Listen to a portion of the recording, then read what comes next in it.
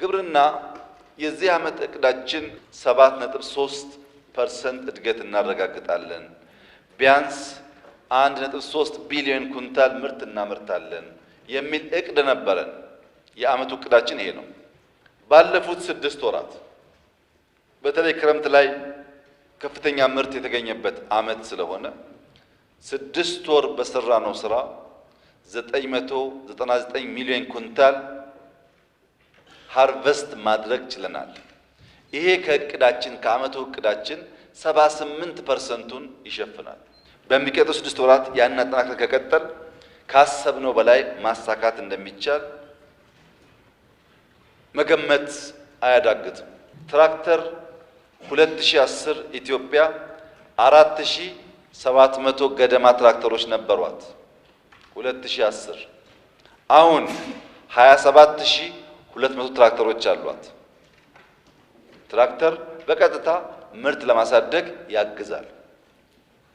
ሁለተኛ ኮምባይነር 2010 338 ገደማ ነበራት። ዛሬ 8700 ኮምባይነር ኢትዮጵያ ውስጥ አለ። ይሄ ተቆጠረ ማለት ነው።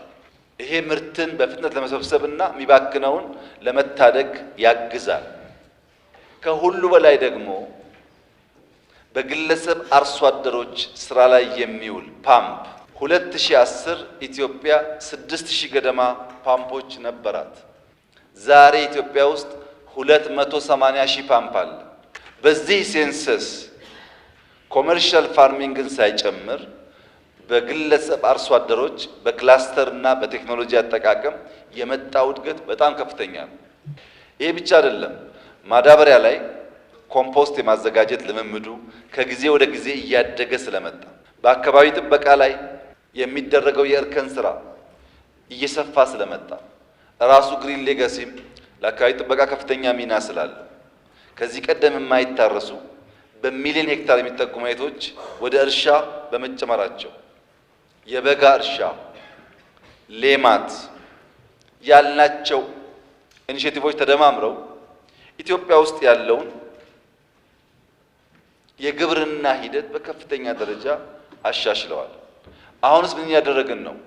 የማዳበሪያ ፋብሪካ በአገር ውስጥ መስራት ብቻውን በቂ አይደለም ብለን ከአንዳንድ ፓርትነሮች ጋር በመተባበር በድፍን ኢትዮጵያ ሞባይል ላቦች እያዘጋጀን ነው። ለምሳሌ አርሲ ውስጥ በከፍተኛ ደረጃ ስንዴ፣ ገብስ ይመረታል። ለአርሲ ገብስና ስንዴ የምናቀርበው ማዳበሪያና ለጅማ በቆሎና ሩዝ የምናቀርበው ማዳበሪያ፣ ለጎጃም ጤፍ የምናቀርበው ማዳበሪያ አንድ አይነት ነበር። መሬቱ ይለያያል፣ ምርቱ ይለያያል። የምንገዛው የምታውቁት ማዳበሪያ ነው። ይሄ አያዋጣም።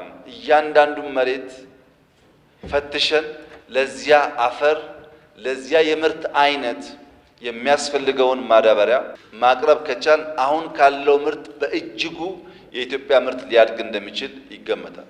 ዘርፈ ብዙ ስራዎች፣ ድምር ስራዎች ተሰርተው ነው ግብርና 7.3 ብቻ ሳይሆን ከዚያ በላይ እድገት ሊያረጋግጥ ይችላል ተብሎ የሚታሰበው። ግብርና ከዚህ አንጻር መጠነ ሰፊ የሆነ ለውጥና እድገት እያመጣ ነው።